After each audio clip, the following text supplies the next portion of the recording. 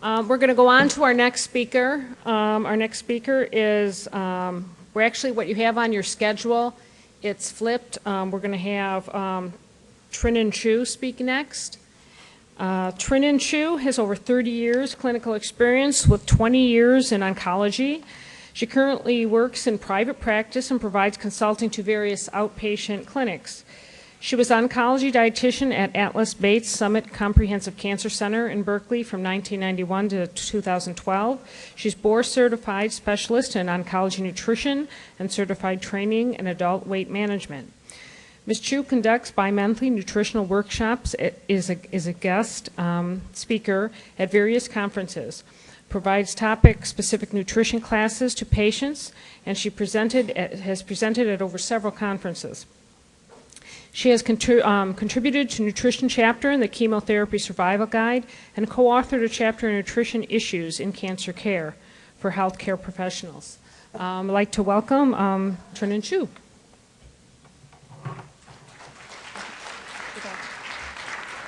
That advances it. Okay. And then there's a Got it. pointer here. Thank you. I think the podium is actually too tall for my height. Maybe I should just stay down here. Can you see me better? Okay, thank you so much for inviting me today. Just want to briefly go through what's our objective today. First of all, I think most of you already understand some of the basic information, problems associated with nutrition upon diagnosis of cancer, whether related to the disease itself or related to the treatment itself. Secondly, understand, of course, patients at high risk of nutrition risk. Just be able to give you a few identifiers so that you know. The last thing is more practical things that you can take back home with you, with your patient population. My section is less mechanical as a previous speaker because about charging is about the law and about everything, but this one is a little bit more flexible as well as fun, practical.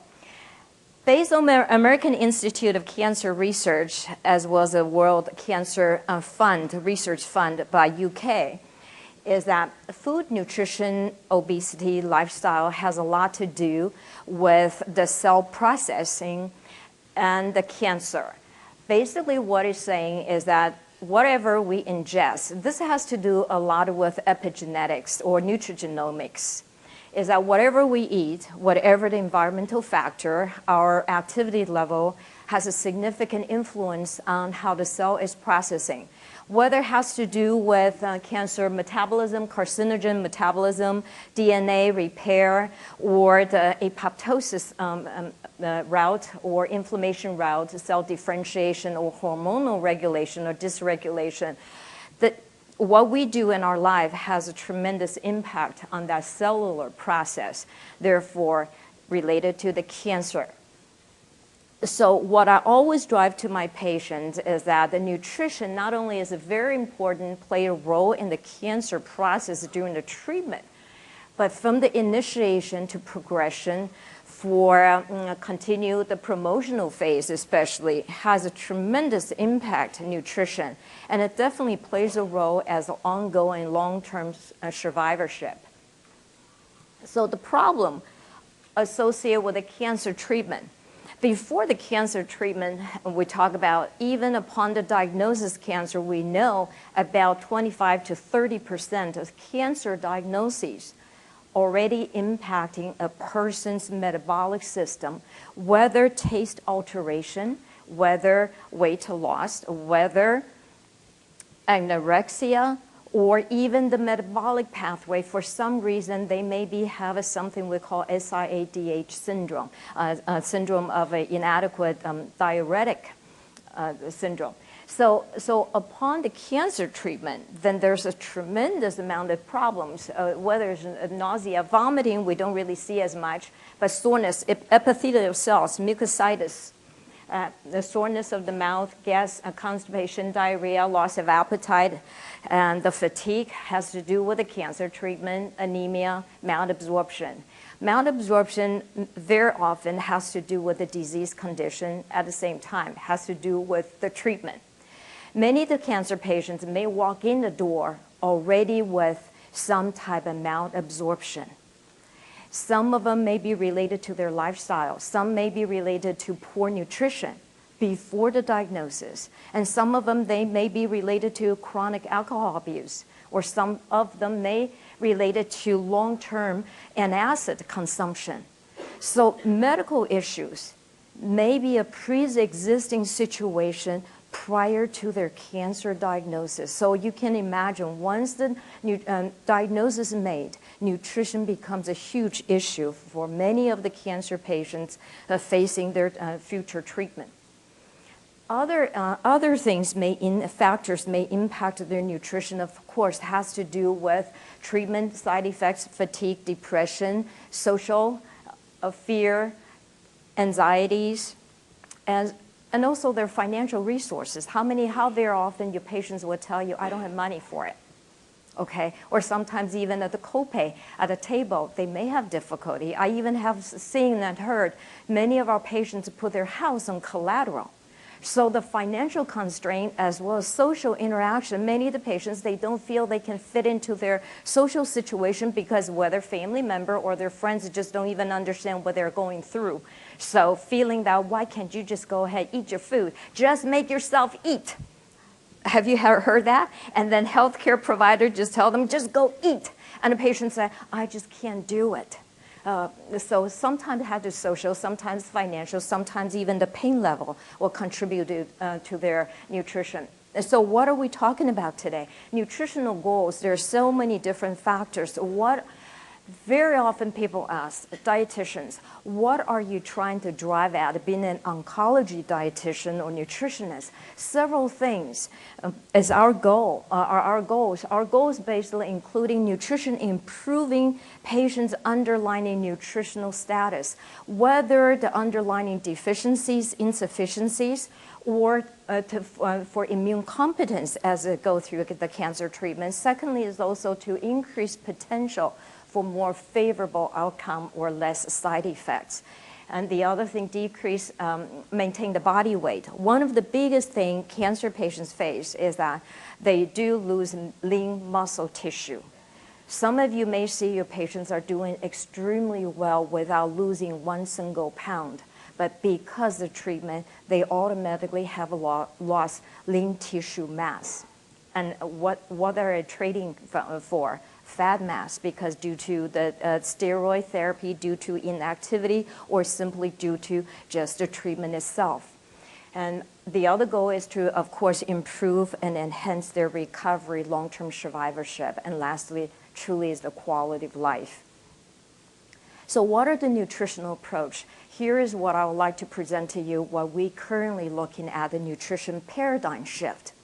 Traditionally, over the past 30, 40 years in the oncological setting, our goal, we have always been teaching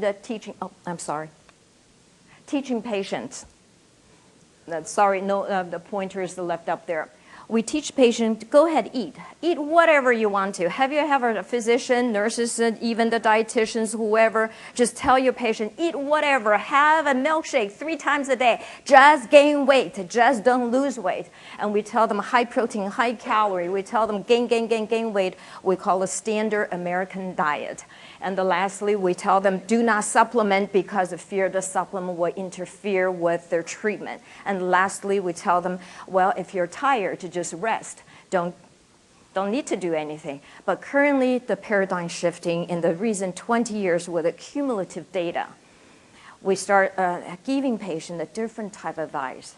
The goal, again, for better outcome. Instead of eating randomly, we try to teach them to eat nourishing food using more the functional foods to nourish their body instead of just randomly eat whatever at wish.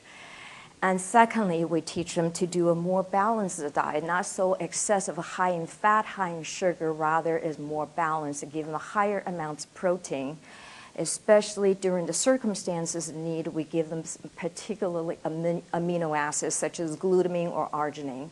Sometimes we don't tell them use a lot of various different fats, but we teach them how to use better fats because the fats also governs immune function from the inflammatory that process Lastly, we do consider using a supplement, multivitamins or specific supplement, because there's tremendous impact of decrease in so many different minerals, as was B vitamins. Lastly, we do encourage, I think with the nurses here, we don't have to go through a lot of things, is that we see the impact. Oh, thank you so much. We encourage them to exercise. So when I talk to my patients, just talking about nutrition really is not enough. We do teach them to exercise. The goal is 30 minutes daily. They can break it up 10 minutes 3 times a day. Many of my patients, they'll say, what if I haven't even got out of bed? Then we'll start walking to their front door 3 times a day. Then twice, 3 times a day, so on and so forth, until they finally get to the point about 30 minutes total. Now, this is a little simple tips, and I added it my last minute before I submit my paper and slide in, is that I feel this is very relevant for many of you participants here. It's more practical tools so you can give it to the patient. Is that nausea? In the past 20 years, due to the anti-nausea medication, patients have been doing very well compared to 30, 40 years ago. We don't really see the vomiting at all, but that low-grade queasiness continue to persist. So 2008, several studies came out, not only using ginger. I think many of you are already using ginger for your patients to reduce that nausea. But second study came out, it was 25-patient study, by adding high protein. High protein, start out by, even when a person getting the chemo chair, you give them high protein drink, say whether 20 to 30 grams protein drink, and throughout the day for the next 3-4 days, you give them a high protein diet, along with the ginger 3 times a day, and that voila, did a great trick. As the end result, the group who did a high protein and the ginger literally almost do not even need anti-nausea medication. Diarrhea. This is one of the common mistakes. A lot of times patients have diarrhea. We teach them just drink lots of fluids. But I hope that we can help them define a little bit better what are we asking them to be drinking. We want them to drink electrolyte-containing fluids, right? Whether it's a bowl of miso soup or chicken broth or a diluted fruit juice, but adding some salt to it. Because when they're having massive diarrhea, they're going not only just for the fluids, but also for electrolyte repletion, whether it's calcium, sodium, magnesium, and the potassium, mostly sodium and potassium. And nutritionally speaking, we do teach our patients to give them the rice soup, like chicken rice soup, and help them to thicken their bowel 3 times a day. That has proven to be very helpful. We also give them the probiotics, whether it is yogurt or just over-the-counter probiotic supplements. And lastly, if it's chemo-related or radiation-related enteritis or oral mucositis, very often we will resort to glutamine, which is amino acid. Studies support using glutamine for enteritis. And for lack of taste, briefly have explained, we often attribute poor tasting or taste alteration to chemotherapy. But literature is very clear that when the patient is very anemic, such as iron deficiency anemia, can lead to taste alteration. Have you heard of the syndrome we call pica syndrome? Okay, you heard that. And people just randomly, we see in some of the poor area, pica syndrome for pregnancy ladies, they tend to eat clay. Why are they exhibiting such a thing? So we know it's due to the iron deficiency. But the other thing is truly is a zinc. Come to think about it. Many of the patients walk in the door, they are on many of the different diuretics therapy and hypertensive therapy, and many of them, they may be a history of a drinker, alcoholic drinker. They may not be alcoholic, but they're regular alcohol consumers. And then they take a lot of antacid. It's very likely when they start their chemotherapy, especially cisplatin or platinum agent, they may experience this zinc deficiency. So sometimes we will use a short course of a zinc supplement just to help them to build up their zinc level at the same time to help them to restore some of their taste buds. Wound healing is no-brainer. One of the biggest things we do is protein, vitamin A, C, E, and zinc. Those are the antioxidants, particularly for post-op. Neuropathy is very commonly seen with the taxane therapy and also other Vinca family type of therapy. We do use glutamine, but data is not really substantiating itself at 50-50, I would say. So some of the center would use glutamine, some of the center would not use glutamine. I would say it all depends on each center. Alpha lipoic acid is more the diabetes-related research because we do see diabetes patients tend to have a quicker neuropathy, especially if the glucose is not under good control. So alpha lipoic acid, we do use it. General dosage we give is 600 milligrams per day. Currently, there are some of the studies, but particularly these are the European studies for the past several years, is Acetyl-L-Carnitine. And that's not commonly used, but something to look out for down the road. And other involuntary weight loss, these are more advanced disease. Patients just tend to lose weight no matter what we do with them. Okay, but current research supporting omega-3 fish oil and more specialized amino acids such as arginine, glutamine, and product called Juven. Some of the institution will be using it, some of the institution won't be using it. But I would have to say by using this product, you have to make sure that patients do eat enough calories. Otherwise, that Juven still, I don't believe it still works. Doesn't work. So now, what are some of the specific nutrition consideration during patients going through treatment as well as post-treatment? Several things is we want them to maintain their weight, maintain their hydration status, adequate protein throughout. Without the protein, you really can't have a cell synthesis. For example, all your white cell, all your entire body, basically components of the cells, tissue, right? So you need to have adequate protein, and we'll talk a little bit about the digestive health and functional foods and supplements at the end, briefly. So hydration. It's very common. Many of us, we can walk around semi-dehydrated, we just don't know. Especially as we get older, people may lose their taste bud, a thirst mechanism. Older people, they never feel they're thirsty because they lose that thirst mechanism. So 2% weight loss sometimes can be leading to dysfunction and also dehydration. But this 2% weight loss, primarily I'm alluding to the fluid loss overnight, can be leading to an anorexic behavior because they just don't feel like eating, but their brain cannot really differentiate, am I dehydrated or I just don't feel well. I just don't want to eat. Give that mixed signal. Dehydration, the cell can't work well and then can't excrete all the toxin.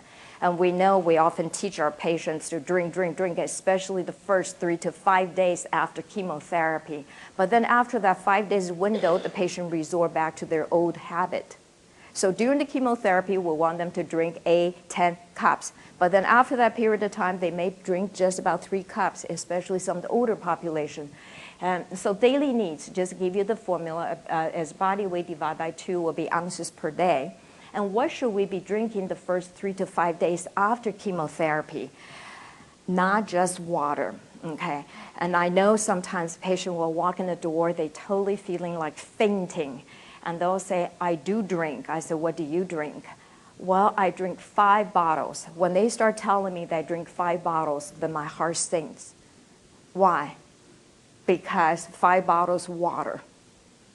And when they can't eat enough, this is the picture I want to give it to you. When they cannot eat enough normally, and they just drink and drink, there's flushing effect. Some of the chemotherapy also causes losing of the sodium, potassium, calcium, and zinc. So if they're just drinking fluids, where am I? If they're just drinking fluids, then what happens? They may be losing their potassium. They may be losing their sodium. So the quadrant that I established for my patients is that their body weight divided by 2, Generally, this is for general public, particularly for the first 3 to 5 days after chemotherapy, we want them to drink balanced amount of fluids, some water, not all water, and have some of the soups, smoothies, protein shakes, all those things will be great. And then lastly, I call it whatever they like. Watermelon people enjoy the most. So a lot of times I tell them, just do the watermelon, because you give the calorie, you have a 98% of fluids, 95, 98% of fluids, you have high amounts of potassium, and many of the Asian Hispanic population, they actually add the salt to it. So you literally have one food meet entire category. So, and people love it. Some of your patients may like to make a smoothie shakes. So I teach them to throw the watermelon in their freezer and pulverize it by adding a little bit ginger, and just works fantastically. Okay. Maintain the body weight. The biggest thing is I do not want your patient to lose or gain more than 5% the body weight. When they start getting into 10% their body weight, we start seeing the problems such as this malnutrition. The consequences of malnutrition is huge. Is increased infection rate, no doubt, because immune compromised, increased hospitalization, prolonged hospital stay, and reduced performance status. But end result is mortality. We know from the oncological care, 20 to 40% cancer death is related to malnutrition. And we try our best to not, these are the end stage mostly we see, but some of the patients, even during the early diagnosis, due to the severe, profound depression, anxiety, financial situation, and the constraints, they may automatically just lose that much weight. It has nothing to do with their disease, but has to do with their mind, their emotion, their surrounding. And that also determines their outcome. But on the flip side, I like to actually go back a little bit talking about this, is that as currently we're doing more and more of a concurrent chemoradiation therapy, such as esophageal cancer, such as gastric cancer, such as endometrial or rectal cancer, head and neck. We see the combination therapy. These are the patients the highest risk for malnutrition. So if you're working with any of the center, has a dietitian, absolutely utilizing them as early as possible. The trick of nutrition is more proactive rather than reactive. If we can anticipate patient is going to experiencing those problems 3 weeks or 4 weeks into their therapy, it would be better to have a nutrition consult literally during the initial consult, meaning about a month beforehand. So get a patient lined up for the proper nutrition. At least a dietitian could process through any of the potential underlying insufficiency. If this person generally is just poor diet, then we may start supplementing some things just to get them up to par, so that continue monitoring them when the treatment begins, so give them better outcome, and as well as less hospitalization and delayed treatment or complication, so on and so forth. So the high risk generally, briefly, if the patient has lost more than 5% of body weight in 1 month, it's your red flag. But if your patient loses 10% the body weight in about 6 months, this is harder to catch, because very often I find in the clinical situation is that very often we only look at what was patient's weight the last time, right? The last visit can be a week ago, can be 3 weeks ago, but we never go back to 6 months ago. So that makes a huge difference in that 10% body weight. Now, albumin, although it's not complete indicator, but still is good indicator to tell us how the patient is. Albumin has a half-life of 6 weeks, so that gives the 2 months and pretty much 6 weeks to 10 to 8 weeks that half-life. So pretty much give you indication how well they've been doing in the past, but doesn't mean it's present. On the flip side, even though we say 20 to 40% the cancer death may be related to malnutrition, but now we realize almost 35 to 50% has to do with obesity. American Cancer Society, National Cancer Institute, American Cancer Research, American Institute of Cancer Research have come out to pretty much the cancer death has to do with the diet and obesity as high as up to 50%. The death rate may also due to the other comorbidity, I would say. Okay. And you'll see the trend of obesity years ago, in the 1980s, I believe is 1 or 2, just 1 out of 10 will be obese. Right now, we're literally facing about 4 out of 10. So a population no longer overweight, but rather in the obese category.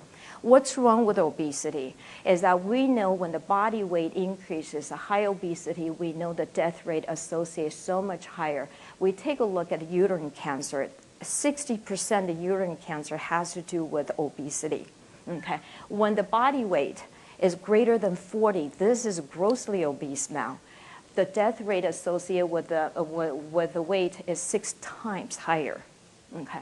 And then you look at the other, it's going to be a notebook. I won't go through that. As so many of breast cancer, obesity greater than 40 is double the death rate than the non-obese population.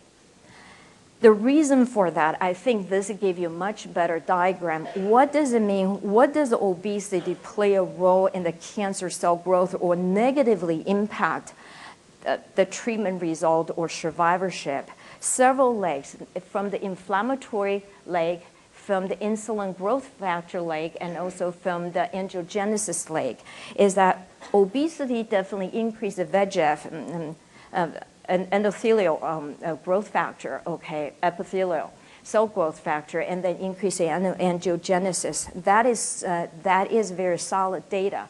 But then we also look at the insulin growth factor, because for people who are really grossly obese, they have a huge abdominal girth.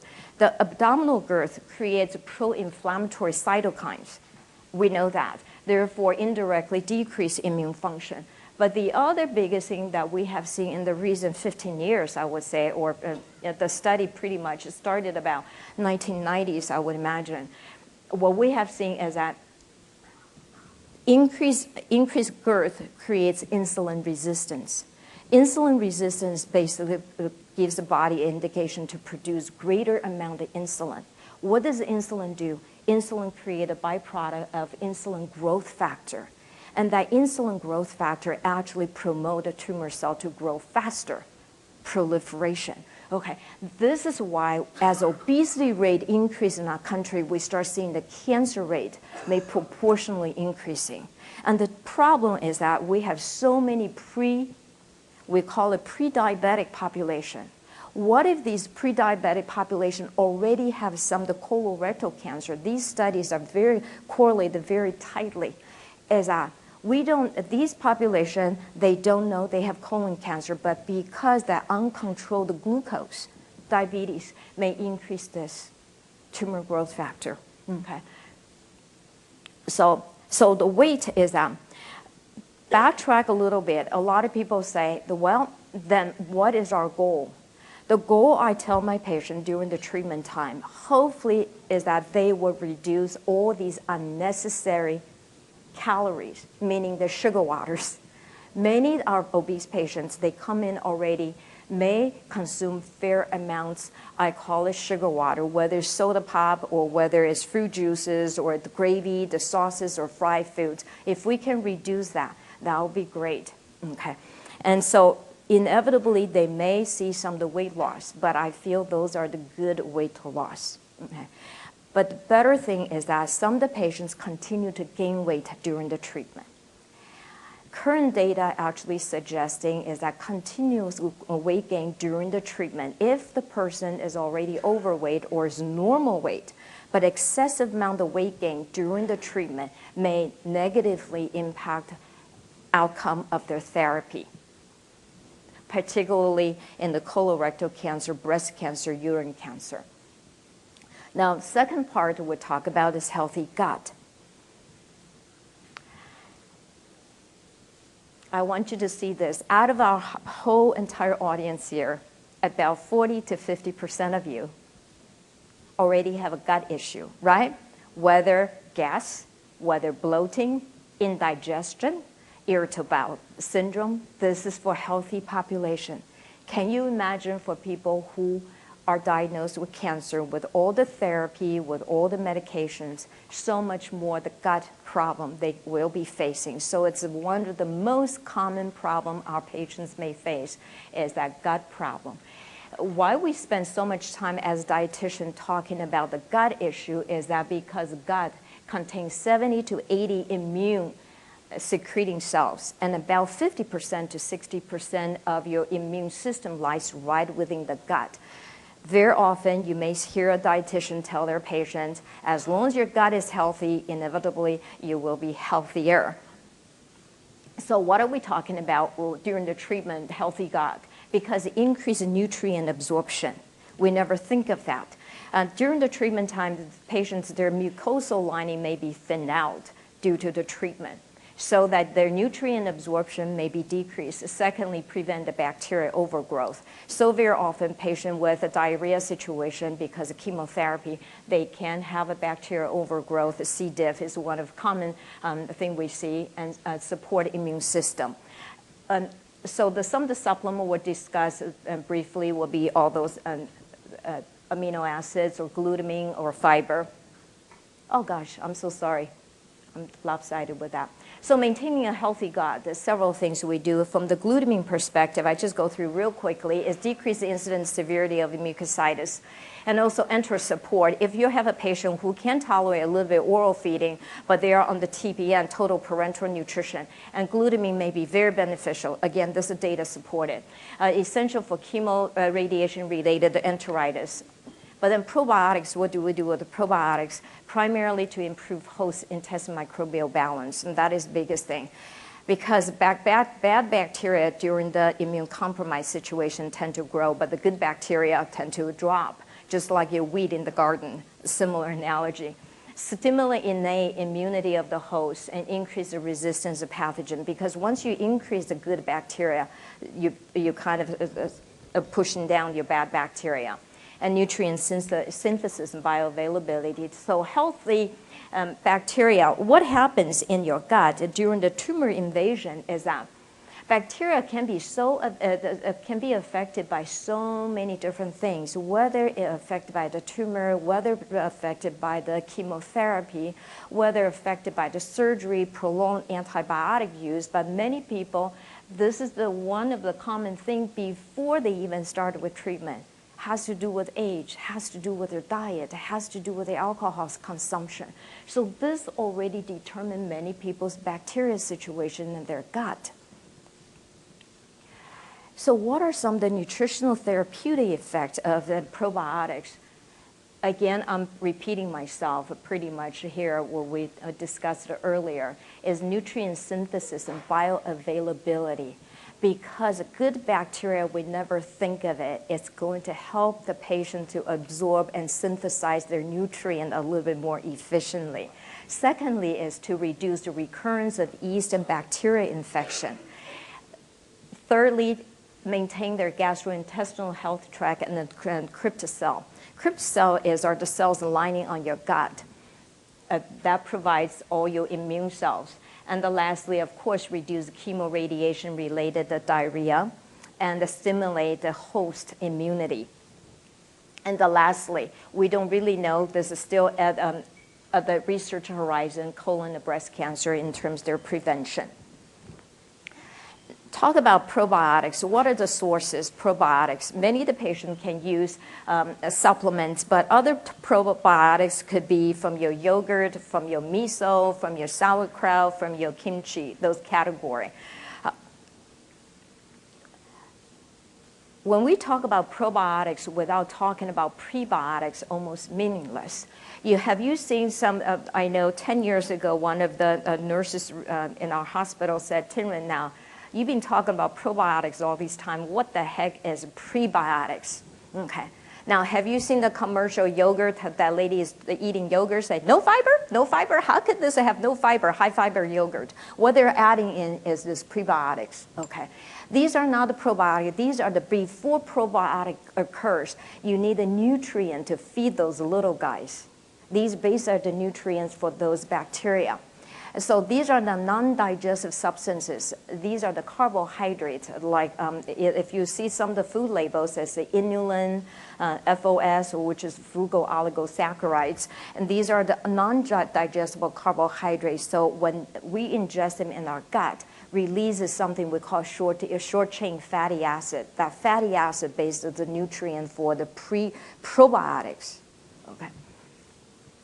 So I won't bore you with all those different things, but dietary sources of, or I won't talk about the supplement, rather the dietary sources, I think a lot, any of the vegetables or fruit your patient can eat inevitably will give them some of the prebiotics, such as oatmeal, such as asparagus, such as a banana. Okay, all those things will give them that nutrient the patient need.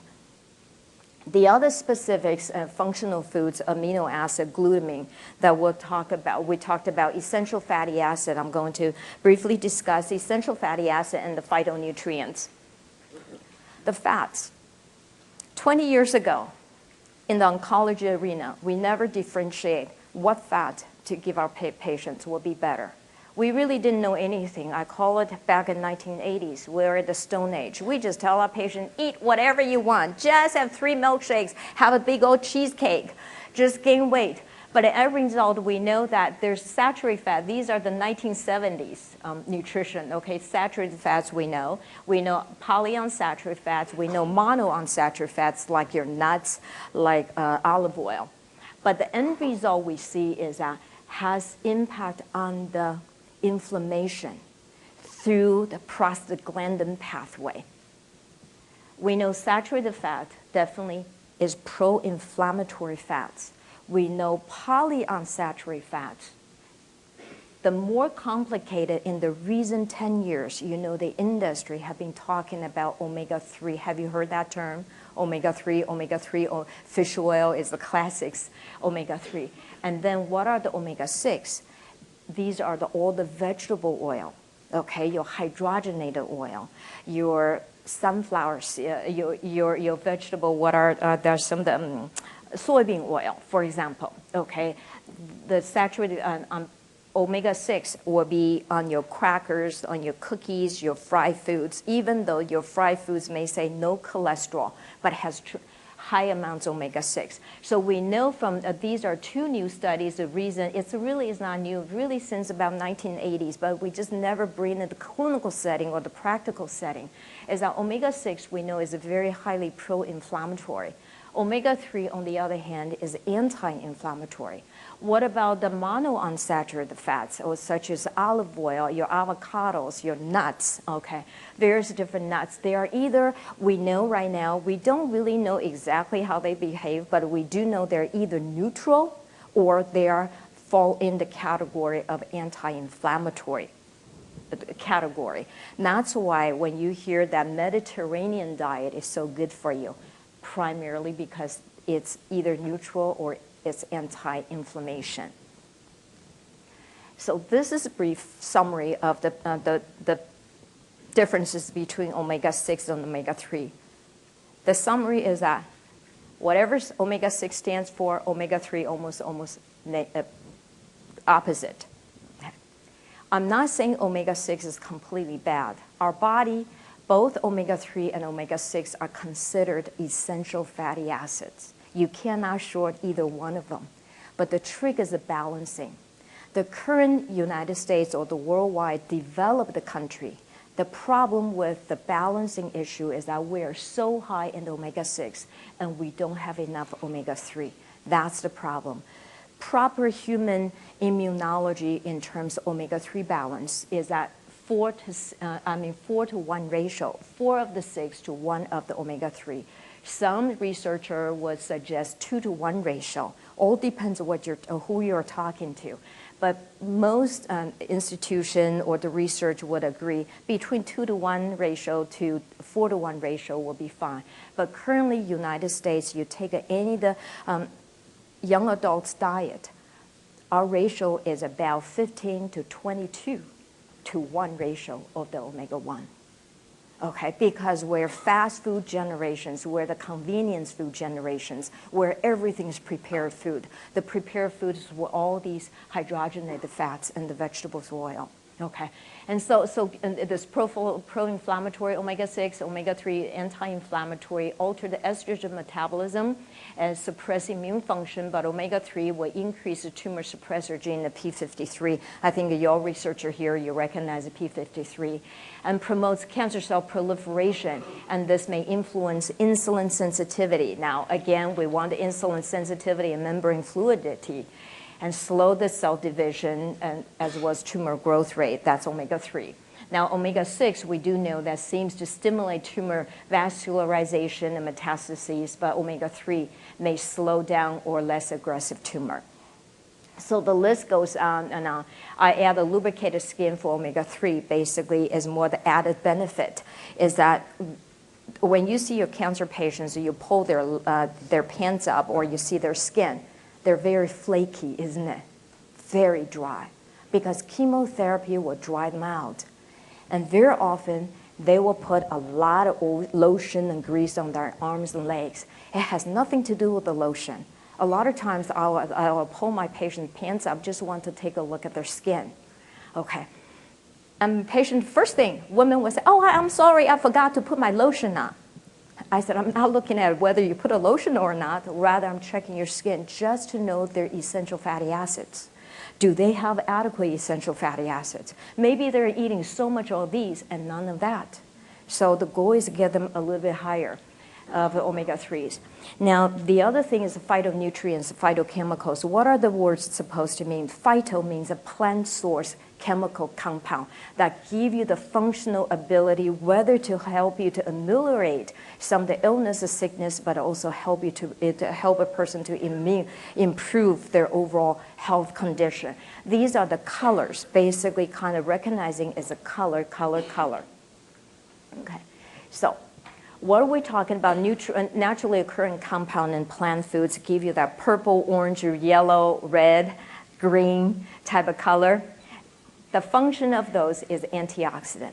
The kind of antioxidant provided is a little bit different than what we're talking about, just vitamin E or vitamin A or vitamin C. But actually, we're looking at the entire compound. Has a greater potential of antioxidant, but without a singular antioxidants damage. Because this forms a more the network of antioxidant rather than one singular antioxidant, for example, vitamin E. And second thing is detoxifier. This is biggest thing. A detoxifier is not only help you to rid of all the toxin in your body, but also help you to recognize what are some of the carcinogens in the system, allow your body to either neutralize it or to rid of it. One of the biggest one, as some of the pharmacists may be here, you'll know the phase 2 enzyme. In the patient, the liver goes through the detoxification process. There are two phases, phase 1 and phase 2. The phase 2 enzyme literally is to clean the things out, rid of them. But what we have noticed that many people, their phase 2 enzyme is deregulated, or we call it just not as active as it should be, or downregulated, probably that's a better term, is that. So what we see is that sulforaphane or indole-3 carbinol, that compound found in the broccoli cabbage family, will help you to upregulate the detoxifying phase 2 enzyme. That's why a lot of times you'll see a dietitian keep pushing their patient to eat your kale, eat your broccoli, eat your cabbage, right? And you're so bored to death about people talking about this because we don't know from the genomic sense who has a phase 2 enzyme, who does not have 2-phase enzyme. So our goal is we give them 10 different usable tools. Hopefully at least 5 things will land the mark in terms of help them to do better. So your broccoli cabbage family is this we call brassica family. That is the classics of the detoxifying foods. The other thing is hormone modulation. Hormone modulation primarily refer to your breast cancer, type of hormonal related, mainly from the plant foods. Modulate the hormones so that more the harmful estrogen will be less produced. The lastly, of course, cell regulation, meaning allow the cell to grow slower from the cellular growth pathway that I showed you at the earlier slide. as a summary, plant-based diet. So very often you hear in the oncology setting, nutritionist or dietitian would say, in the long run, to eat a plant-based diet. This doesn't mean they're going to become a vegetarian or vegan. This is always saying with a greater emphasis on the plant foods for these functions. Plant foods is antioxidant, very potent antioxidant. If you don't trust me, just Google one thing, carotenoids, carotenes. American Institute of Cancer Research just published one of the, not a paper, but it was the studies. Serum carotenoids level, the high versus low, has a lot to do with the breast cancer prevention and also survival rate. Okay. Carotenoid, you'll hear this term over and over and over again, I believe, in the next 10 years. Besides polyphenol. Polyphenol is mainly from your olives and from your green tea, chocolate, dark chocolate. Tocopherols with your vitamin E family now. Anti-inflammation, particularly we see is in the omega-3s. The plant-based, when I say omega-3, anti-inflammation, omega-3, that will be from your flax seeds, from some of your seeds and nuts, but primarily will be from your fish oil. But other anti-inflammation will be from many of your spices, herbs. Currently in the nutrition oncology setting, if you're from MD Anderson, you know MD Anderson, one of their biggest study is turmeric. Okay. And that is the yellow color coming from your curry, or our United States will be your mustard. That's a good anti-inflammatory agent. We know that turmeric has a great effect with all your GI system type of cancer. Lastly, an anti-cancer plant-based diet besides cruciferous vegetables will be all your citrus, will be your berry family type of fruits. So what we do teach our patients, be as colorful as possible. Don't just stay with the one type of category. You know, sometimes I have people come in and say, they will just tell me, yes, I do eat my vegetables, but the whole thing is that we look at the National Institute of Cancer, 2010, I believe that their cancer report, suggesting average population eating about 4 to 11 servings. So you say, what is going on with the 4 to 11? I call it 4 servings actually for a toddler, 11 to 13 servings probably for adult, particularly for a football player, being as big they are, as active they are, they should be on the 15 servings per day, I would say.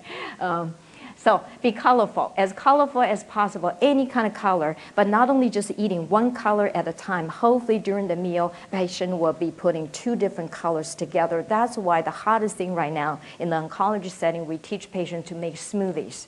Okay, using various different fruit, various different colors, put a handful of leafy green, whether spinach, whether it's kale, and make a delicious smoothie with adding the protein powder, adding the yogurt to just make it together as a high protein shake, so they have everything in one glassful. Supplements. This is one of the most controversial area is the supplements. Do we use them? Don't we use them? Why do we use them? Sometimes pre-existing nutritional deficiency prior to their diagnosis, prior to they come in. Number 2, adverse side effects of treatment, treatment of GI tract. If you have a patient who has massive diarrhea due to 5-FU therapy or due to radiation, you know automatically they are already losing huge amount of B vitamins and the zinc. Zinc is one of the important things for immune system. And now they're now responding to treatment as well. Could be possible because nutrient deficiency. And the other thing is CDC actually published a paper, was about 75 to 80% general population do not meet at least 1 micronutrients in their daily diet, at least 1, okay? And so as a dietitian, I think we all pretty much support of having a daily supplement just to cover up any of the potential insufficiency. Treatment or disease state-induced deficiencies such as zinc, I talked about, selenium, it's very possible, vitamin C, E, A, etc. Disease state-induced is that The disease itself requires certain things. I know some people say, but we also feeding the cancer, but also we have to start feeding the host as well. Secondly, many of the chemotherapies, particularly your platinum agent, you know, especially cisplatin, patient may be deficient in zinc, in calcium, in sodium, potassium, and also magnesium. So why shouldn't we supplementing? And do we expect our patient just by eating to meet their needs? If general population can't even eat adequately, who are we to assume that when the patient is diagnosed with cancer, they're going to eat 10 times better than normal? That's my premises. Types of chemo, we talk about that. Other medications are depleting the micronutrients. If you were to go, many of the pharmacists here probably already know, there's a whole slew of medications, whether it's a hypertensive medication, whether cardiovascular medication, whether diabetes medication, whether it's these antacid or PPIs, may all have a potential depleting some of the micronutrients. All depends on how long each individual has been on certain drugs, supporting the liver detox pathway. So again, if you look at the biochemistry, phase 1, phase 2 enzymes all require the micronutrients, some of the micronutrients. Missing one thing would have long-term consequences. Okay. And lastly, newer research, we still need a newer research in that arena. So as a summary, really lastly, just a summary, what we just talked about, some of the considerations, maintain their hydration status, especially if they have nausea, vomiting, diarrhea, our hydration has to be more electrolyte based. Maintain their body weight, not to overweight, not to overly gain weight, neither to lose weight. Pretty much less than 5% of their body weight to begin with. Adequate protein, always adequate protein. Healthy gut, and also some of the functional foods. Supplements need to be considered. And lastly, always encourage them to exercise. That's the end of my presentation.